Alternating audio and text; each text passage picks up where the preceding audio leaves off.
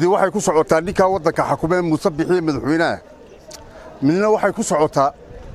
nimankan isbeen farnime nariisooda la garanaya aanu wax rag la yaqaano iyagu meelahaas iska ritayuunka marka aan ciidan nagu soo dhoobay la gashay iska raali ahaad maxad casow waxay noqotay Muuse Biixi waxaan u sheegayaa waa Soomaaliland waa beelo miiska beelaha la soo fadhiiso ciidu markay naga baxdo madaxweynuhu adiga iyo intaad jeceshahay soo kaxayso dhalinyartii maalintii aanu diiqnay dawladda Soomaaliland 19 een diiqa ku siinay maanta waan xisaabtamaynaa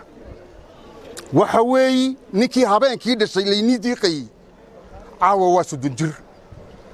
ragi ka weynaana maxaad u malaynaysaa waa beeluhu codkoogii bay rabaan annagu Soomaaliland ka mid baan nahay nabadgelyada jecelahay wadanimadeda jecelahay dawladda jecelahay laakiin marnaba cidba uma daba fadhiisanayno inaanu ka yeelno 13 iyo waxaan qursi oo la qaadi karin tagtagta dhexdooda ka hadlayay cid alla cid ay matalaan ma jirto cid soo dirasana ma jirto waliba waxa ka daran iyaga iswada basaasay oo wada kala socday waa khalad arrintaasi waxaan ka raali gelinaa ummadda in dhamaanba gobolka Awdal iyo Salal iyo Gabiley raali gelima ka sinina annagoo ku hadlayna afkii beelweynta Maxamed Case raali gelima ka sinina gobolka dhamaan iyo ummadda Soomaaliland dhamaanteedba waxa weeyaan waxaan xuquuqda naga maqan waxa kamida 6 goobood baa gobolka ka xidhan ee degmada maad aragtay Lugaya waxa ka xidhan waxa la wixii saamay qaybsan ku lahayn ba ka xidhan kuraasida aad ogtihiin qabiilka ugu yar ee maxay ahayd beesha dhexe baan la midnahay annagu waana laba qabiil oo Ciise iyo Gadabuursiyo isa saaran weyni iyo beesha maxay ahayd Gabooye iyo gala gobolkan ugu badnaan iyo dadka loo ku dhex nool waxa weeyaan intaas laguma filan baan leenahay waa wixii ummadda Soomaaliland miiska inay isku timaadaan rabnaa oo tala qaran laga yeesho oo nin walba la qanciyo oo nin walba xaqiisi la siiyaan madaragtay yaan rabnaa nikale maanta xaq darrada ha lagu socdo oo ha ku socoto arintu waa nin ku dhagaroobaya ummadan halkan degan ee gobolada Awdal iyo Salal iyo Gabiley waa nin ku dhagaroobay weeyi waa nin duminay qaranka Soomaaliland waa nin duminaya annaka inala sheegtay waxay ku leeyihiin kulli waxba kama helayna adduuntay dabada ka riix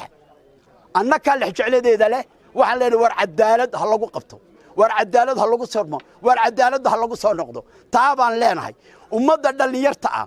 haweenka in oday dhaqameedka mutacallimiinta siyaasiyiinta gobolka Awdal waxaan leeyahay midnimo inoo ballama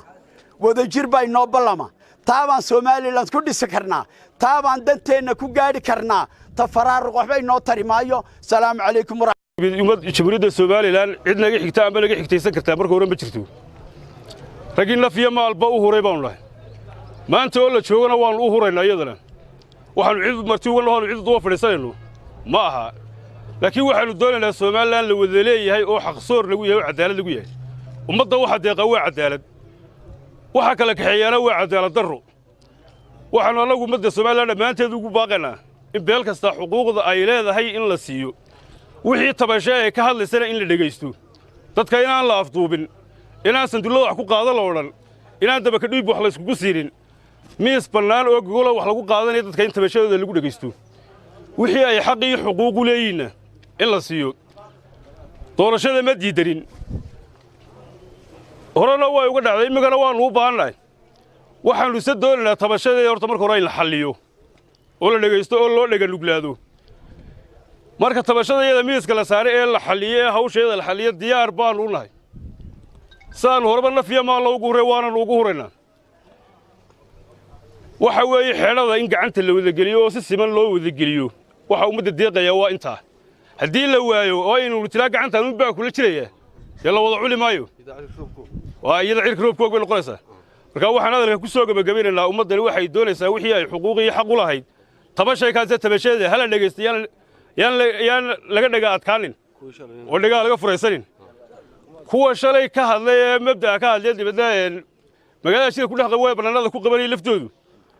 maxad Case sheeganay masayrkii beesha meel bay kaga dhaceeliyo ummadda mana matalaan waxaan halkan mid kaliya ka oranayaa wax weeye madaxweyne muuse bixi cabdi waanu aragnaa siyaasaddaada laakiin mid kaliyuu naga daa inay wasiirradaadii qaarna nacaayaan sida kan gaadiidka jooga ee yaree maaragtay jeelka ka soo baxay ee maxkamadda xukunteeda adigu difaacaysay ee wasaaraddan gaarka ee dakhligeedan iyo cashuurahan baabuurta la saaray baarlaman ansixiyeen aan u jirin meel xeerka kaga jirtaan aanay jirin annagoo og sababihii lagu bedelay wasiirkii hore maaliyadda yuusuf eed u keentay in adeerkii sacid cali shire aanu ognahay maalin maalmaha ka mid ah maxamed faarax qabille igu yidhi rag baa intay bastoolad igu qabteen yidhi maxaad hablaha iyaga ka rabtaa dabeedna waa si inankiisa lagu dhaawacay berbera islaan masaakiinana lagu dilay marka haddii aanu xukuumaddaada akhrino kan kale guddoomiyaha ka maaragtay barakacayaasha isagana wixii shalay ku adeerka 100% way dhacaysaa war 100% ma dhacaysa 35 bay dhici oo aan ku qiimeyn karo berbere iyo hargeysa iyo burco ka dhici mayso goboladan gabile qaybtaan ka degno iyo awdal iyo salmidna ka dhici mayso haddii aan la helin awood qaybsi cadaalad ku salaysan dorraad waxa dhacday dorraad shalay ma aha dorraad maxamed casoo dhabay isku yimid waa la shiray go'aan baa la gaadhay go'aankaasi ku midaysan buu shalay niman baa sugsuglay la tagay daba faruur nama khuseeyaan iyaga u taala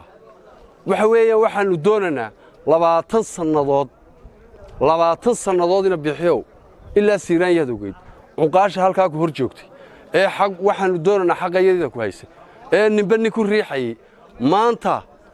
ina bixo waday ku taagan tahay cidda aad ku riixi doonto anu ma garanayo raganimo muujiyo gobolkan awdal wuxuu leeyahay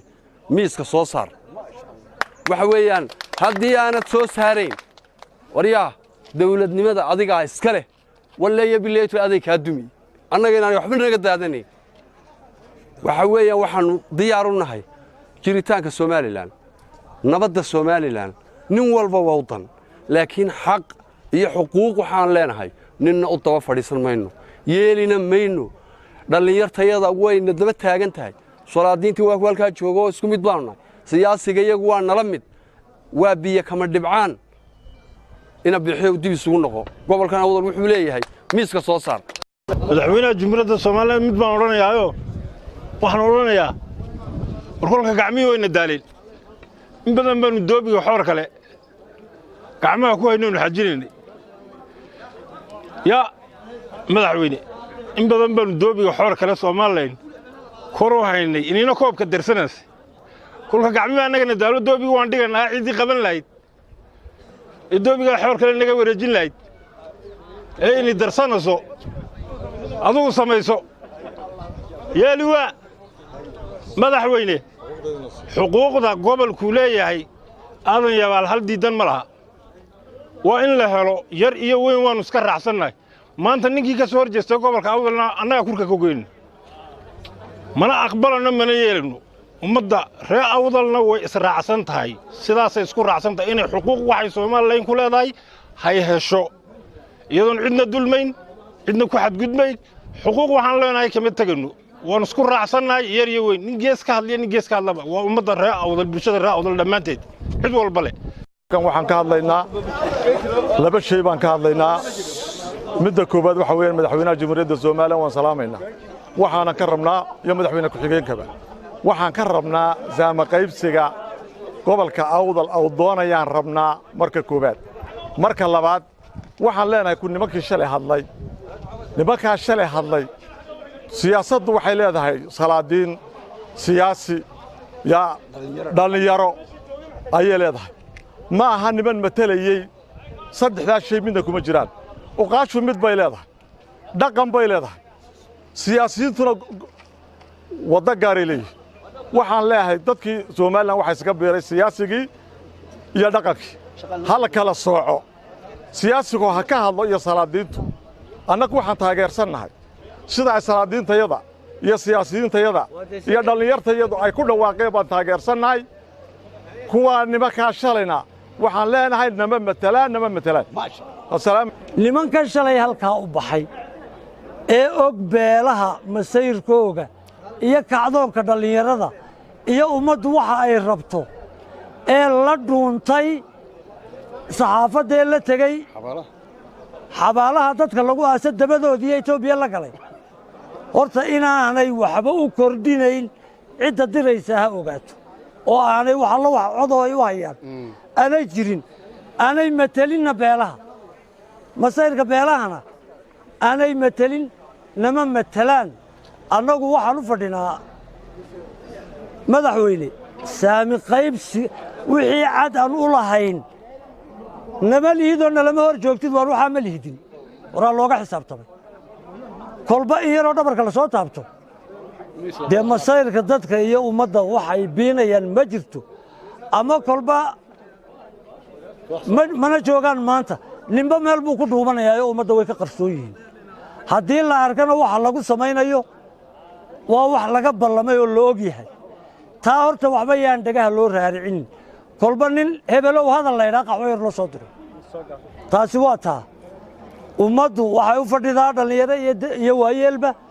waa saamigii gobol ku lahaa ee samaroon lahaa assalaamu calaykum